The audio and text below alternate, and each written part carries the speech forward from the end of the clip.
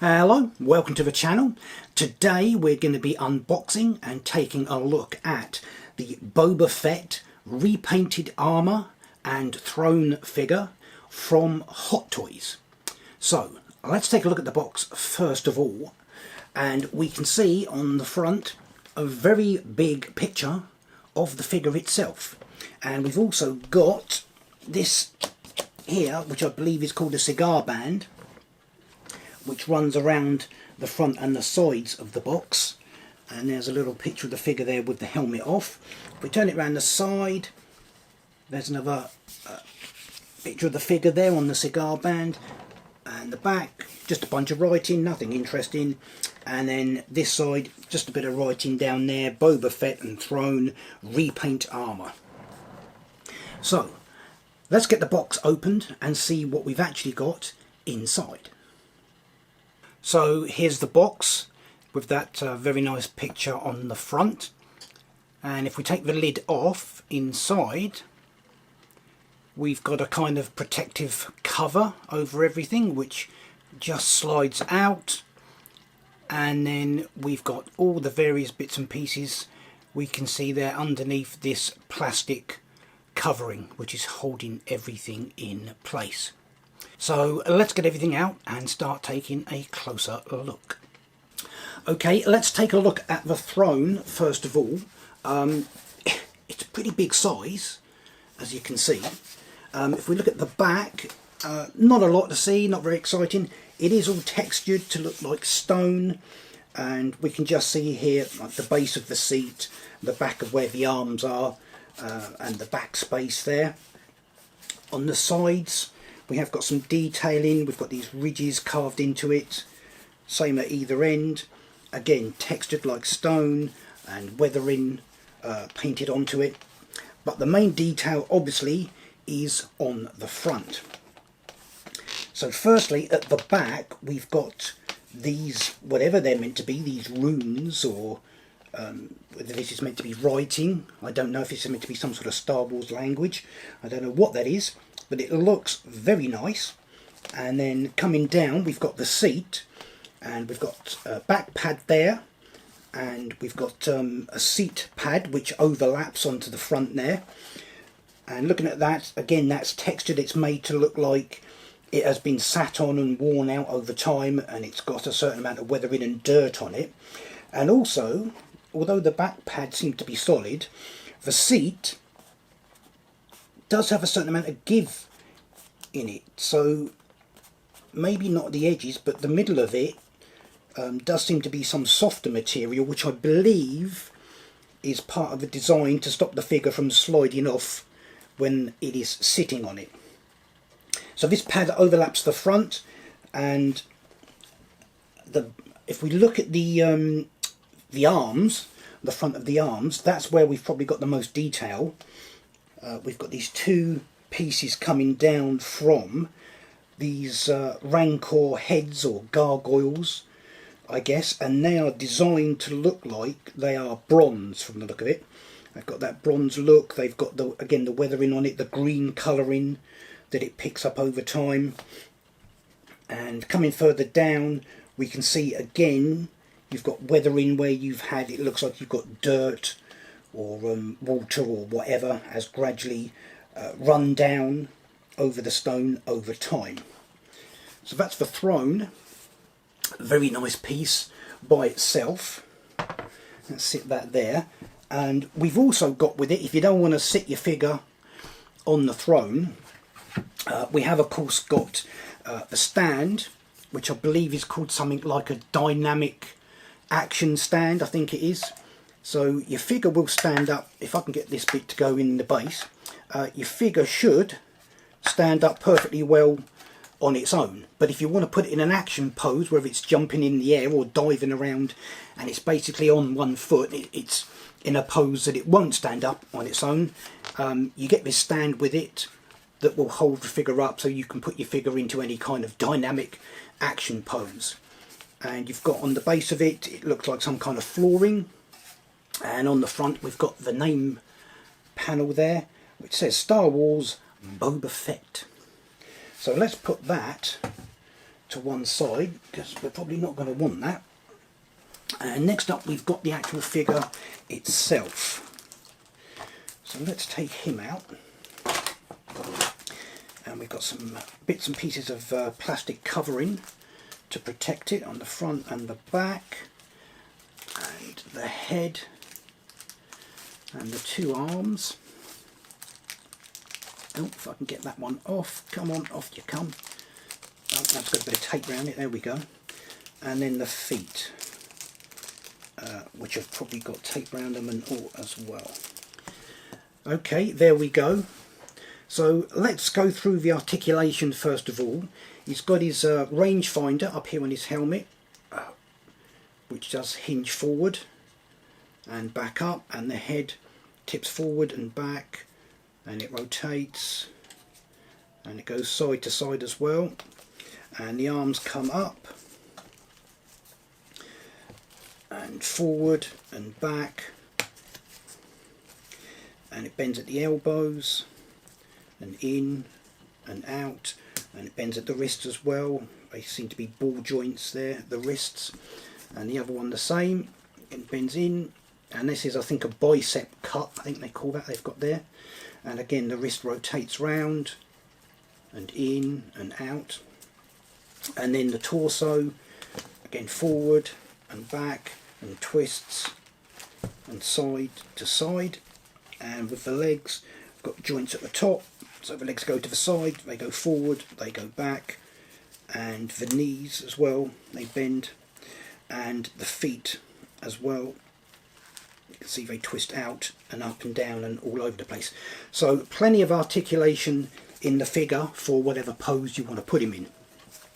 And let's have a look at the figure itself. So this is meant to be Boba Fett, from obviously the Mandalorian and the book of Boba Fett, after he's recovered his armour, and which was all beaten up and battered when he got it back, and he's repainted it. But you can see what they've done is, rather than just paint it up in the repainted colours, it's actually got all the weathering and wear and tear on it, and he's obviously painted over the top of it. So you can see as you look at it, even though you've got the new colours on it, you can see there are bits up where he underneath it, there are bits where it's worn away and been weathered, and he's just basically gone over it. So it looks very nice. So we've got his rangefinder.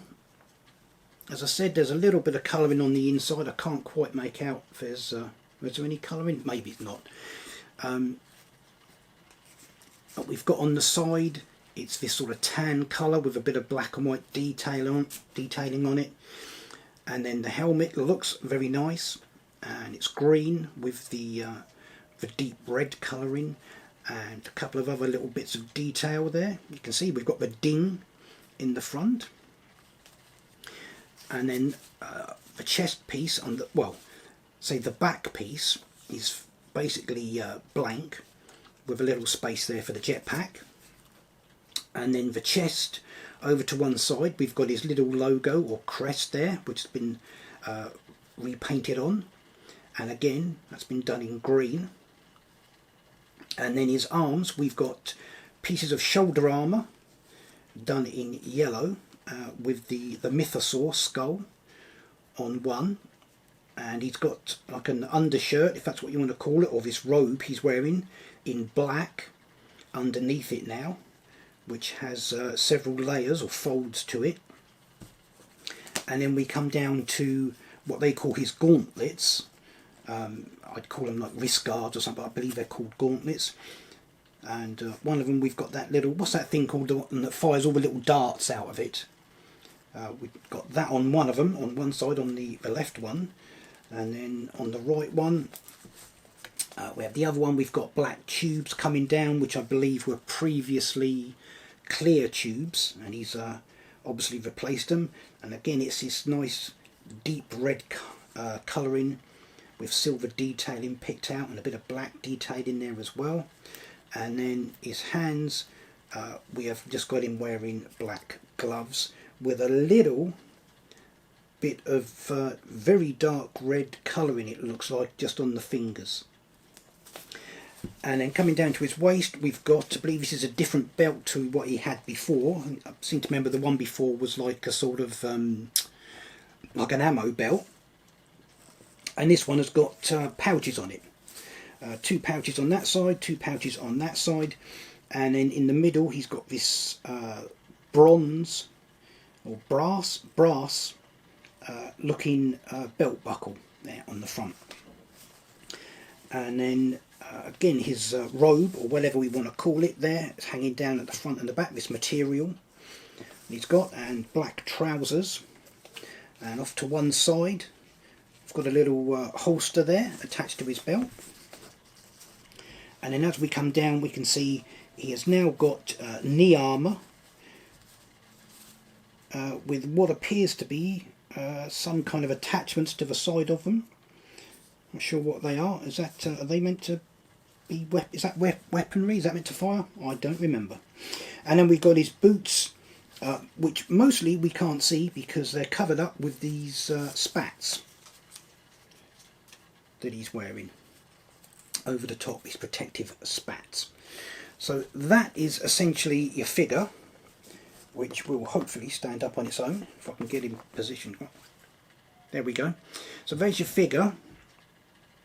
Standing up on its own with his repainted armour with all the wear and tear and weathering and detailing on it. Now what else have we got in the box? Because we've got a whole bunch of accessories. So let's put him over there. And what else have we got in the box? Well, the first thing I can see is the jetpack. And again, this has been repainted, and we can see there's been some repair work on it. It looks like there's a panel that's been replaced there. And again, this has been repainted in green with a bit of yellow detailing and some silver on it. And little bits sticking up here and there.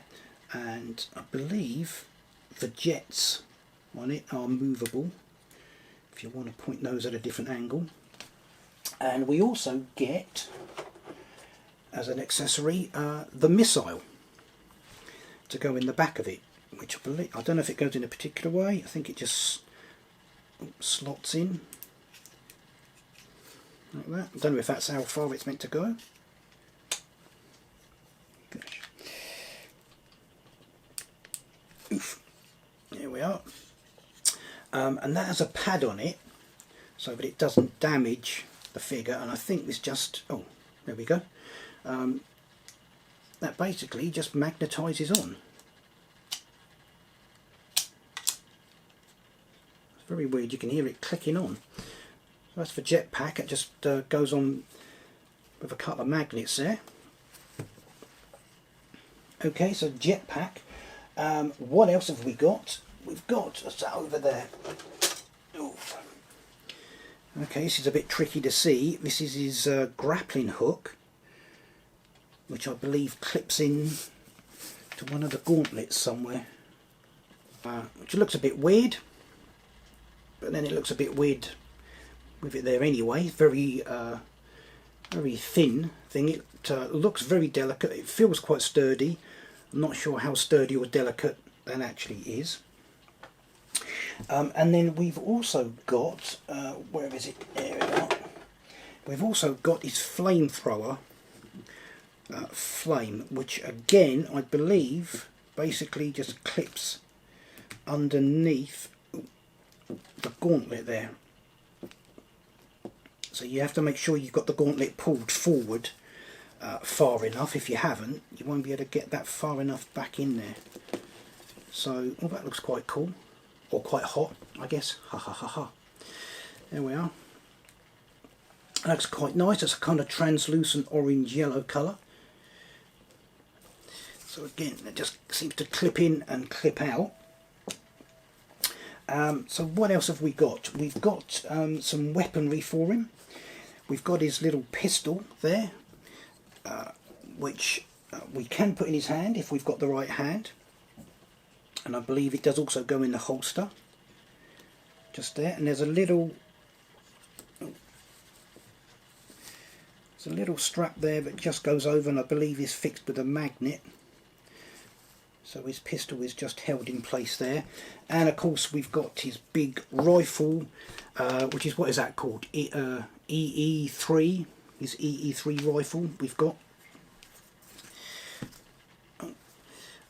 Which looks very nice. Again, nice detailing. Stock does look wood, with this extra bit built in there. And then some weathering all around the metallic part of the front, the muzzle. It's got a scope on it there as well. There's the trigger underneath. And there's his rifle as well. Now I mentioned if you've got the right hand, because we get a bunch of replacement hands. We've got a pair of fists there, if we want those, because I believe these ones are known as relaxed hands.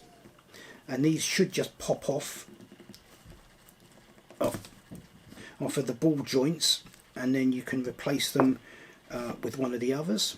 So yeah, we've got the one with the sort of trigger finger there, appears to be the gun, and it's a bit fiddly. You have to sort of pull the fingers out a little bit. There is a certain amount of give in there. I'd be very kind of nervous about breaking it, I have to say. The other hand, with the finger sticking out at the weird angle, is the gesture hand, and that is apparently for him to look like he's using his left gauntlet. He's got a load of buttons on there, and that's meant to look like he's using those buttons for something or other. So we've got all these bits and pieces. We've got the hands and we've got the weaponry, and the other thing we've got is we've got a replacement head or portrait. So this one, obviously, let's take the jetpack off. This is the helmeted one, obviously. Let's pull that off, and there's his head underneath, and we can actually see inside the helmet there's actually a load of detail inside the helmet. There's a load of padding and bits and pieces that look like electronics or whatever inside there. Very nice, basically, for something that you're probably not really going to see. But then we have got his unhelmeted head. Now this bit must come off. Oop, there we go. And this bit must pop on. So here we go. So we've also got this alternate portrait, this alternate head sculpt of Temuera Morrison as Boba Fett, which I wanted to show you because it looks absolutely amazing. Now what I was going to do was just pop the helmet off and pop the head on. I haven't, because this is an absolute nightmare to get this on. And I've looked at other videos on YouTube of other people that have got the figure. No one seems to be having a video up showing you them taking the head off, taking the helmet off and putting the head on. It is an absolute nightmare. And what you've got to do is pull this entire thing out. This is the bit that the helmet sits on, and this is the neck piece underneath, and you've got to pull the entire neck piece out. Really, really difficult. I had a right nightmare with it. But there we are. That is in with his head on, his head sculpt on. It looks absolutely fantastic. All the detailing and weathering. I mean, it looks just like him. Absolutely amazing. So I believe that is all the bits and pieces that we get. So we get the throne, we get the figure, we get the swap out portrait. We've got the one with the helmet with the flip down rangefinder on it. And then we get the one of him without his helmet on. We've got the backpack, which magnetises on the back, with the missile you can attach. We've got swap out hands, we've got the relaxed hands, we've got the fists, we've got the gesture hand, which is meant to be used for him using the gauntlet there. We've got the gun hand there as well. We've got the pistol, as we said, is was it MK2, MK5, whatever it's called. We got his rifle, his I can't remember what that's called now. EE3, I think it's called. We get the grappling hook, which just slides in the under the gauntlet under there, and then we get the flame effect, which also clips in under there. Obviously it won't do it if you've got the gun in the hand. I believe that is everything from our Boba Fett figure. So let's take a closer look.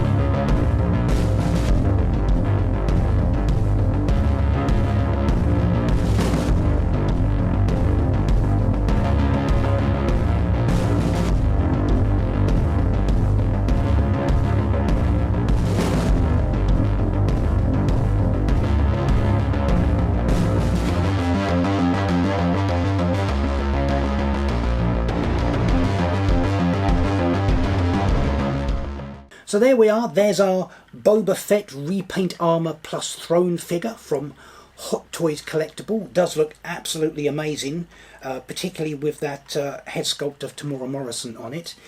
The only thing now is I guess I'm going to have to get a figure of Fennec Shan to go with it.